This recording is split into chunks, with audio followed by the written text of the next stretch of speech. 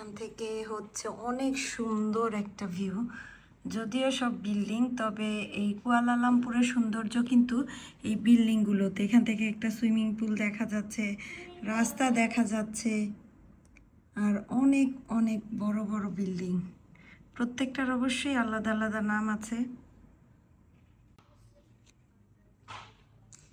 এই পাশের পর্দাটা সরালে এইখান থেকেও কিন্তু সুন্দর ভিউ। এখানে চারপাশে অনেক অনেক বড় বড় বিল্ডিং। আর মালয়েশিয়াকে আসলে উন্নত করার জন্য এই বিল্ডিংগুলো তৈরি করা হয়েছে। আর এগুলোর কারণে এই দেশের যে পর্যটন খাত, এটা কিন্তু অনেক অনেক উন্নত হয়েছে। কারণ হচ্ছে মানুষ অনেক পরিমাণ দেখতে আসে এই জায়গাগুলো। ভিউটা কিন্তু খুবই সুন্দর। আর এইদিকে নিচে দেখতে পাচ্ছেন কত গাড়ি, আর প্রত্যেকটা গাড়ি আসলে খুবই সুন্দর।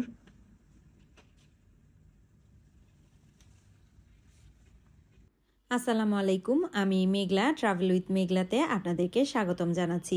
আজকে আমাদের মালয়েশিয়াতে প্রথম দিন ছিল, তো ঘুম থেকে উঠেই আমরা হোটেলের নিচে চলে এসেছি। আমরা যেই হোটেলটাতে ছিলাম এটার নাম মূলত সুইস গার্ডেন। গত ব্লগে আমি আপনাদের সাথে এই রুম ট্যুর দিয়েছিলাম, আর আজকে আমরা সকাল সকাল ঘুম থেকে উঠে কোথায় যাচ্ছি সেটাই আপনাদের সাথে শেয়ার করব। তো যেহেতু আমাদের সাথে বাচ্চা কাচ্চা আছে, আমার ছোট মেয়েটা কিছুটা অসুস্থ ছিল, তাই আমরা একটু ঘুম থেকে দেরি করেই উঠেছি। আর ওঠার পরে আমাদের হোটেলের সামনেই 7-Eleven ছিল, তো সেখানে চলে এসেছি।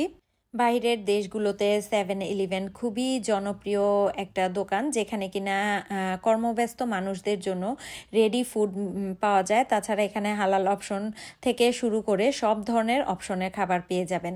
আর এই খাবারগুলো একদম রেডি থাকে, অথবা আপনাদের রেডি করার মতো অপশন এখানে দেয়া থাকে। অর্থাৎ গরম করার প্রয়োজন হলে কিংবা নুডলস যদি আপনারা রেডিমেড রান্না করেন, সেক্ষেত্রে সেখানে কিন্তু গরম পানির ব্যবস্থাও আছে। অর্থাৎ সব ধরনের খাবার মিলে যায়।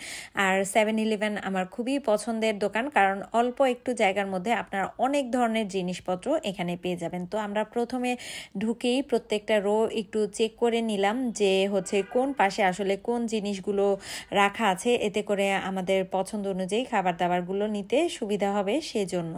এখানে ঘোরার পরে আমরা টুকটাক কিছু জিনিস নিলাম, আর আমাদের কাছে বেশিরভাগই মনে হয়েছে এখানে আপাতত নাস্তা আইটেমগুলোই বেশি। অর্থাৎ আপনি হুটহাট ক্ষুধা লাগলো, সেক্ষেত্রে আপনারা এখান থেকে কোনো একটা কিছু কিনে নিয়ে খেয়ে ফেললেন, এই টাইপের। তো আসলে আমরা যখন এই দোকানে গিয়েছি তখন অলমোস্ট 12টার মতো বাজে।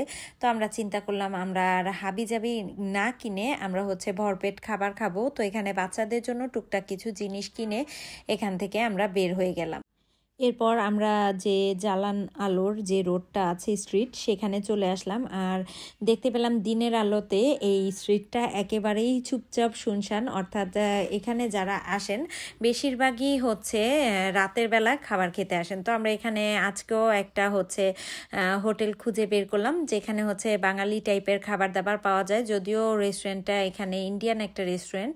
তো দেখতে পেলাম এখানে অনেক ধরনের কারির অপশন, যেটা কিনা আমাদের দেশের মতন অনেকটা। তো সেগুলো এখানে দেখছিলাম। আর এই পাশে একটা চাইনিজ দোকান দেখতে পেলাম, যেখানে কিনা অনেক ধরনের বান থেকে শুরু করে বিস্কিট, পেস্ট্রি, এই টাইপের জিনিসপত্র আছে। তো আসলে এগুলো হালাল কিনা এটা নিয়ে কনফিউশনে ছিলাম, তাই এখান থেকে আর নিলাম না। তো এখানে আমরা যেই রেস্টুরেন্টটাতে এখন এসেছি, সেই রেস্টুরেন্টটার নাম আল শরীফা। আর এগুলোতে হালাল সাইন দেয়া থাকে, একটু খেয়াল করলেই কিন্তু খুঁজে পাওয়া যায় খুব সহজে।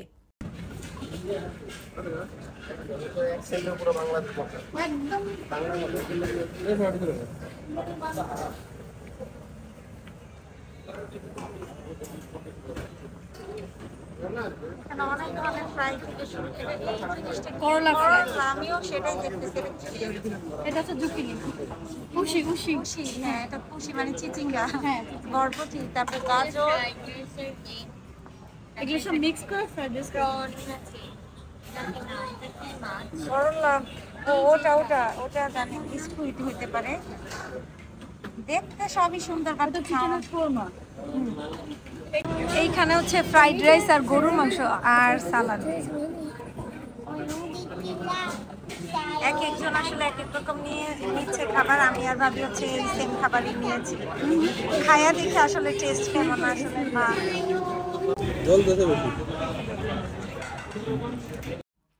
এখানে খাবার দাবার ইন্ডিয়ান স্টাইলে তৈরি করা, আর টেস্টও আমাদের সাথে যায় না, একটু অন্যরকম ছিল টেস্টটা। আমার কাছে খুব একটা যে ভালো লেগেছে তা না, তবে খাওয়ার প্রয়োজন সেজন্য হচ্ছে খাবারটা খাওয়া। এরপরে হচ্ছে এখানে একটা সুপার শপ ছিল, তো ভাবিদের আমাদের কিছু টুকটাক প্রয়োজনীয় স্ন্যাক্স কেনা দরকার ছিল, তো সেখানে গেলাম ভিতরে।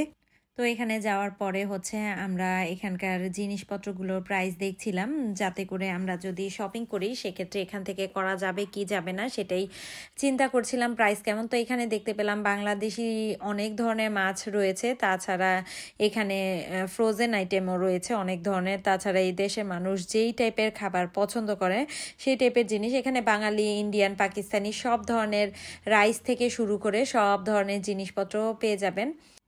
মালয়েশিয়ার জাতীয় ফল হচ্ছে ডুরিয়ান। ওরা ডুরিয়ানকে কি কি কাজে না লাগিয়েছে সেটা দেখেই আমি অবাক হয়ে গিয়েছি। যেমন আমাদের দেশের প্রধানমন্ত্রী আমাদেরকে কাঁঠাল দিয়ে তৈরি করা বার্গার শিখিয়েছে, ঠিক তেমনই ওদের দেশও অনেক কিছু তৈরি করে এই ডুরিয়ান দিয়ে। এখানে হচ্ছে ডুরিয়ানের কি বলে জুস, তারপর হচ্ছে কই জানেন আইসক্রিম, ডুরিয়ানের আইসক্রিম কই জানা দেখলাম, এই যে ডুরিয়ানের আইসক্রিম, এই যে এদিকে একটা আছে ডুরিয়ান ক্রেভ, ওই পাশে দেখছি হচ্ছে ডুরিয়ানের বড় একটা আইসক্রিম আছে। ওই যে মানে ওদের জাতীয় ফল কোনো কিছুতে বাদ রাখে না। আর আমাদের কাঁঠাল দিয়ে কাবাব বানাইতে বলছে, তাই দোষ হয়ে গেছে। থাক, কিছু বললাম না, নাকি বলেন? 4.64 per dollar USD. ও আচ্ছা, ঠিক আছে। Singapore dollar 3.41. অলমোস্ট এই চেকের পাশেই হচ্ছে এই মানি এক্সচেঞ্জের দোকানটা। এখান থেকে আমরা হচ্ছে এখন মানি এক্সচেঞ্জ করে নিলাম। মোচি, বোবা, আইসক্রিম, হ্যালো কিটি ধরো। তিনজন এক জায়গায় দাঁড়াও। এই যে যে কোনো দেশে গেলে সবার প্রথম কাজ হচ্ছে মানি এক্সচেঞ্জ করা, কারণ যেই দেশের যেই কারেন্সি সেটা দিয়ে চলাচল করা খুবই ইজি। এজন্য আমরা প্রথমেই হচ্ছে এখান থেকে মানি এক্সচেঞ্জ করে এখন একটা গাড়ি নিয়ে নিলাম, আর এখানে আমরা একটা ট্যাক্সি নিয়েছি। আর এই ট্যাক্সিতে মূলত 4 জন করেই বসা যায়, তো আমরা 2টা ট্যাক্সি নিয়েছি, ভাবিরা একটাতে আমরা একটাতে গেলাম। তো আমরা মূলত এখন কেএলসিসি টাওয়ারটা দেখতে যাচ্ছি। আর আজকে সারাদিন আমাদের খুব বেশি একটা অ্যাক্টিভিটিস করার ইচ্ছা নেই, যেহেতু আমরা প্রচুর ক্লান্ত আর জার্নি করে এসেছি সব মিলিয়ে। তো আমরা হচ্ছে কেএলসিসি টাওয়ারের কাছাকাছি চলে এসেছি। তো এখানে নামিয়ে দেওয়ার পরেই হচ্ছে আমরা হচ্ছে একদম হেঁটে হেঁটে এর ভেতরে চলে এসেছি। তো প্রচুর রোদ ছিল সেদিন, আর হচ্ছে মানুষও ভালোই ছিল, প্রচুর ট্যুরিস্ট আসে প্রতিদিন এখানে। তো দেখতে পাচ্ছেন এই সেই কেএলসিসি টাওয়ার, যেটা কিনা মালয়েশিয়ার একটা আইকনিক বিল্ডিং, যেটা দেখার জন্য প্রতি বছর কয়েক লক্ষাধিক পর্যটক এখানে ছুটে আসে। তো এর জায়গাটা সামনে থেকেও খুবই সুন্দর, আর রোদের কারণে আসলে এত খারাপ লাগছিল, প্রচণ্ড রোদ, তাকানো যাচ্ছিল না, প্লাস হচ্ছে তাপ, সব মিলিয়ে এই জায়গাটা প্রচুর গরম ছিল। আর দেখতে পাচ্ছেন কি পরিমাণ ট্যুরিস্ট সামনের দিকটাতে। তো আমরাও এখানে অনেক অনেক ছবি তুলে নিলাম। এখানে যদি আপনি একাও ঘুরতে যান, কেউ না কেউ আপনাকে ছবি তুলে দিবে এবং কেউ না কেউ আপনাকে রিকোয়েস্ট করবে তাদের ছবি তুলে দেওয়ার জন্য। অর্থাৎ আমরা এই জায়গাটাতে যেই কতটুকু সময়ে দাঁড়িয়েছিলাম, আমাদেরকে অনেকেই ছবি তুলে দিয়েছে, আবার আমরা অনেককে ছবি তুলে দিয়েছি।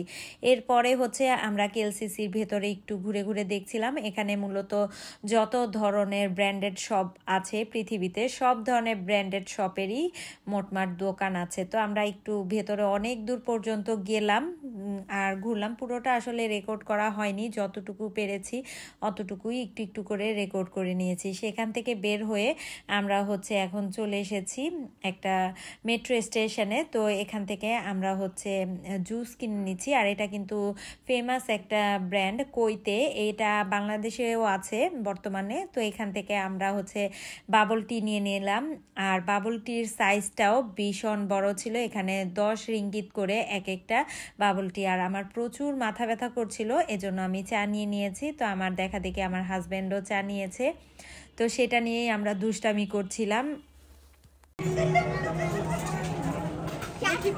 আমাদের কি একটু দেখতে চাও? এখানকার টিকিট হচ্ছে এই যে পয়সার মতো, আর এগুলো খুচরা টাকা না, ওই যে ভাইয়ার হাতে এগুলো হচ্ছে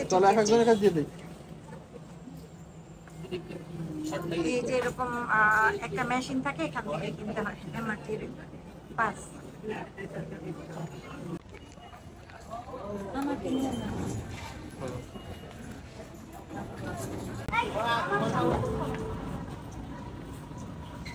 আমরা এখন মালয়েশিয়ার এমআরটিতে উঠছি।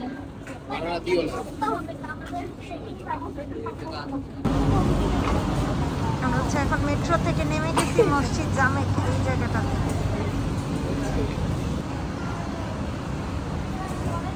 এই যে আমরা এই মেট্রোটাতে আসছি, এখন এই মেট্রোটা চলে যাবে অন্য স্টেশন।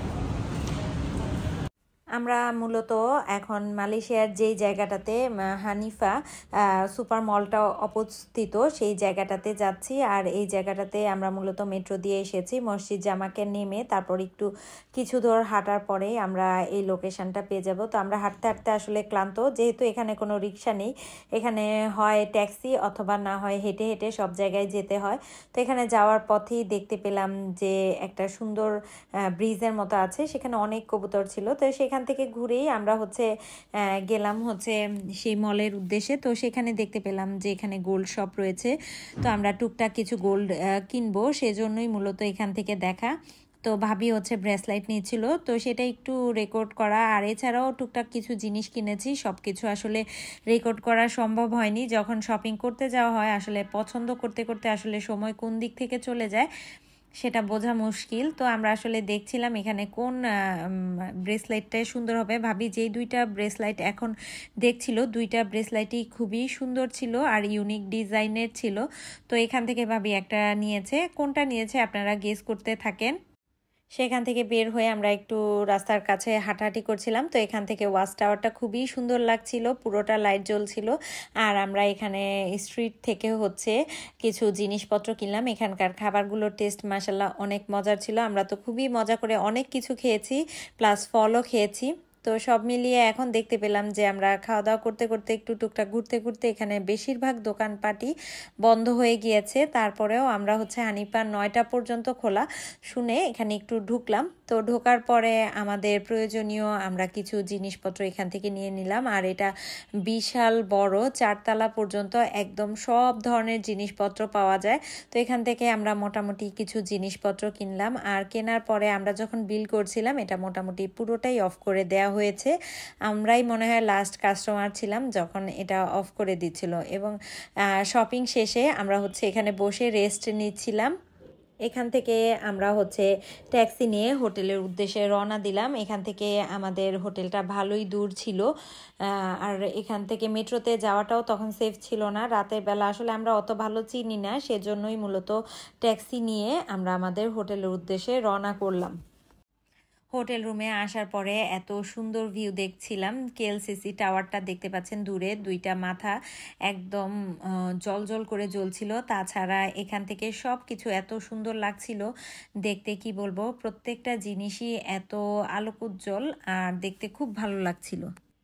যেহেতু অনেক উপরে আমাদের হোটেল রুমটা, তাই এখান থেকে রাস্তাঘাটগুলো এত সুন্দর লাগছিল দেখতে। আপনাদের সাথে কি বলবো, আমার কাছে খুবই ভালো লাগছিল। এখানে আসলে ঘন্টার পরে ঘন্টা বসে এনজয় করা যায়, একদম নিমিষেই যাতে মনটা ভালো হয়ে যায়। খুবই ভালো লাগছিল। এখানে অনেক সময় আমরা বসা ছিলাম। কিছু সময় রেস্ট করার পরে হচ্ছে বাচ্চাদেরও ক্ষুধা লেগে গিয়েছে। তো আমরা বের হয়ে আবার জানালোর স্ট্রিটে চলে এসেছি। এখানে আলোছায় একটা রেস্টুরেন্ট ছিল, সেখান থেকে আমরা হচ্ছে খিচুড়ি আর গরু মাংস খেয়ে সেদিনের মতো দিনটা শেষ করলাম। তো আজকে এই পর্যন্তই। পরবর্তী ব্লগ দেখার আমন্ত্রণ জানিয়ে আল্লাহ হাফেজ।